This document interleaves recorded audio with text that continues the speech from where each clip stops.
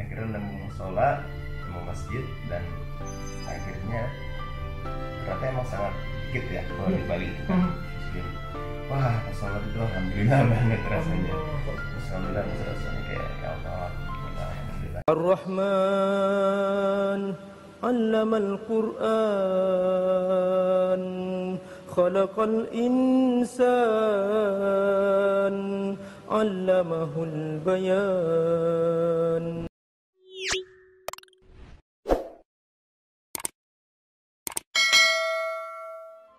Masya Allah, alhamdulillah Abi Amir sering saya panggil Abi Amir, Masya Allah wajahnya paling mirip sama Bang Dan. Iya banyak yang bilang Benar wajahnya wajah Ahmad Dhani dia tuh luar biasa. Ini putranya yang keberapa? 3. Jadi ada kakak-kakak itu. Bungsu dari istri pertama. Jadi dari Kedua enggak ingat teteh ya teh. mami. Mami Maya ya. Oh kalau ke Bunda Maya. Bunda Maya ya, Bunda Maya ya kan? Iya. Oh, soal dia yang yang ketiga. Dari istri yang pertama ayah. Iya, istri yang pertama ayah kan? Iya benar, Masya Allah. Alhamdulillah, banyak senang ketemu nih. Aku juga senang. Masya Allah.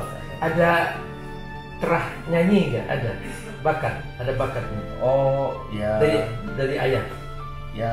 Atau dari insya Allah ada. Ada bisa ya, tapi nggak nyanyi. Kita nyanyi juga. Apa lagu-lagu yang disukain? Apa modelnya? Kan ada macam-macam tuh ada dangdut, ada ini. Dangdut suka. Dangdut suka kayak banget. lagu Roma Irama gitu. Oh sangat suka. Oh gitu. Santai, begadang. Oh gitu. Ini lagu suka sih. Senang banget. Dikasih Liato. Iya, kan ada band, kemudian ada rock gitu. Iya rock juga sangat suka. Rock Oh gitu. Suka banget. Ada cangkoknya masuk tuh. Iya bisa. Bisa ya? Bisa. Oh Masya Allah. Terus kalau irama baca Quran yang disukai irama siapa? Atau bebas aja? Bebas saja. Bebas. Kadang kalau lagi street musik itu suka emang dengerin juga gitu. Tapi aku belum apa ya ilmu tentang agama belum gitu. Tapi hafal kan Al-Fatihah? Al-Fatihah. Kita pengen dengar nih coba irama yang Waduh. Coba. Aku masih banyak salah. Gak apa-apa. Yang penting baca Al-Fatihah. Diajarin ya. Iya. Pakai irama, Mbak. Iya, pakai irama yang enak. Iramanya Bang Zul.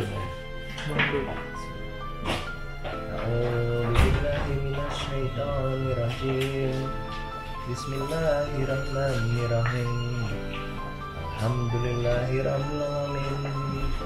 Arrahmanirrahim. Maliki yaumiddin.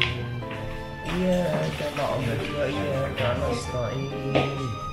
Ihdinas siratal mustaqim. Siratal ladzina an'amta 'alaihim ghairil maghdubi 'alaihim waladdallin. Masya Allah. Jadi Al-Quran itu kata-kata sang pencipta. Jadi kita ini ada karena yang menciptakan. Jadi kata-kata ini kalau dibaca dengan hati dia menghidupkan jiwa dan kebahagiaan itu di situ. Jadi kebahagiaan itu bukan di fasilitas. Banyak orang bunuh diri di rumah mewah. Banyak orang bunuh diri pada uangnya masih banyak. Tapi banyak orang bahagia di rumah sederhana. Kenapa kok bahagia? Karena kebahagiaan itu di hati. Nah, puncak bahagia itu ketika baca Quran. Abi Amir itu senang barusan dengan iramanya, dengan ya, itu istilahnya fitrah. Kalau soal istilahnya ya tajwid, makhrajul huruf kan masih bisa dipelajari nanti. Tapi ketika sudah bisa baca dan kita menikmati di situ ada huruf-huruf Quran. Jadi gini Mbak Manzul. Ini rongga mulut ini. Allah yang menciptakan Allah. Ya, ini ada tempat huruf-hurufnya masing-masing. Ada hurufnya. Jadi di mana ha, di mana kha, di mana ta, itu ada semua. Nanti kalau sudah kita bisa melafalkan dengan sempurna, kita semakin kokoh di jiwa. Dan kita akan merasa indah gitu. Itulah Quran. Kan seperti HP kan? Ya. Kan kalau HP kan ada hardware ada software. Ya betul. Sama manusia juga ada hardware ada software kan? Ya. Nah, kalau HP supaya bisa berfungsi butuh pulsa. Nah, pulsa itu apa? Pulsa itu yang menghubungkan dengan operator. Nah, kalau kita kan operator kita kan Allah yang hidup kita. Nah, kita butuh pulsa. Pulsanya apa? Baca Quran, zikir, sholat, itu pulsanya. Ini itu baru Siap. itu, makanya saya senang banget barusan bisa Masya Allah, senang banget. Semoga Allah berkahi. Amin. Boleh, Insya Allah. Ada pengalaman spiritual yang pernah langsung Pengalaman yang paling menyentuh di hati itu pas mungkin pas sholat, mungkin pas pengalaman spiritual ya. Yang menyentuh di hati. Oh pernah. Ini bukan dari ria ya. Aku ingatnya coba ini. Nggak apa-apa. Karena suatu hari itu waktu itu kita lagi di Bali, di Port Bali. Kebetulan kan aku lagi belajar sholat, ya lagi belajar. Bukan yang sembah waktu itu lagi belajar. Terus tiba-tiba aku nyari sholat di situ. Musola ada nggak bang gitu? Nggak ada. Aku juga heran kok tempat segede ini nggak ada musola gitu. Akhirnya aku keluar dari salah satu kafe itu. Akhirnya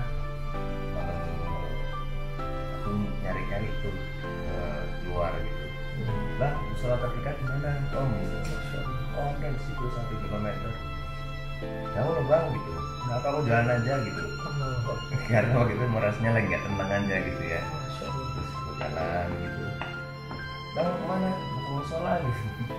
Mau ke masjid. Jauh loh bang gitu. Nggak apa-apa saya jalan aja gitu. Terus lagi jalan lagi. Sendirian. Terus jalan lagi. Ada yang nanya lagi itu kalau ojek. Bang mau kemana? Mau ke masjid sana katanya deket ya. Jauh loh bang. Nggak apa-apa saya jalan aja. Alhamdulillahnya waktu itu ada yang rela tuh si tukang ojek itu. Sini bang saya anterin gitu. Nah waktu aku naik motor itu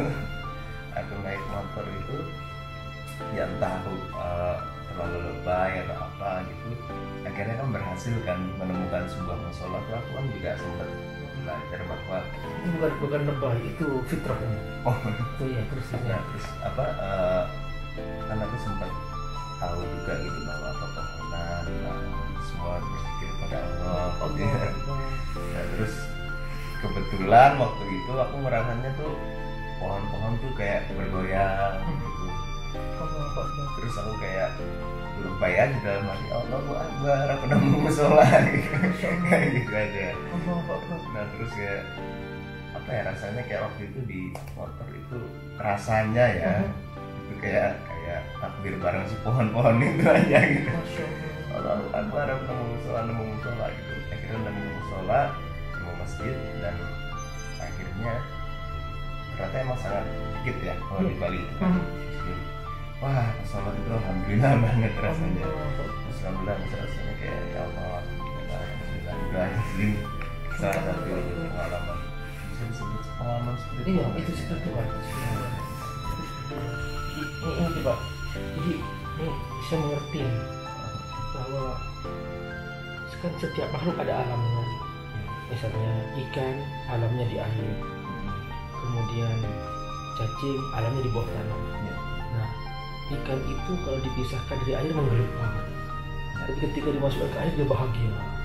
Nah, cacing juga begitu, kalau dikeluarkan dari bawah tanah dia menderita, menggelar. Kalau di bawah tanah dia pun kejepit apa dia indah. Nah, manusia itu alamnya di sana. Oh iya, dia itu akan menggelepar dan dia akan mencari di mana ada air. Seperti tadi saya bayangin seperti ikan mencari air gitu, mencari masjid itu. Dia masjid itu di situ alamnya. Di situ aku sholat gitu ya. Itu alamnya. Langsung kita akan bahagia gitu.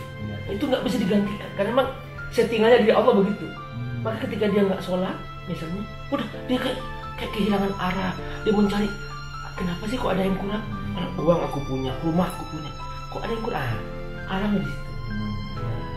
Jadi semua wujudnya ada alam. Manusia itu alamnya di sholat.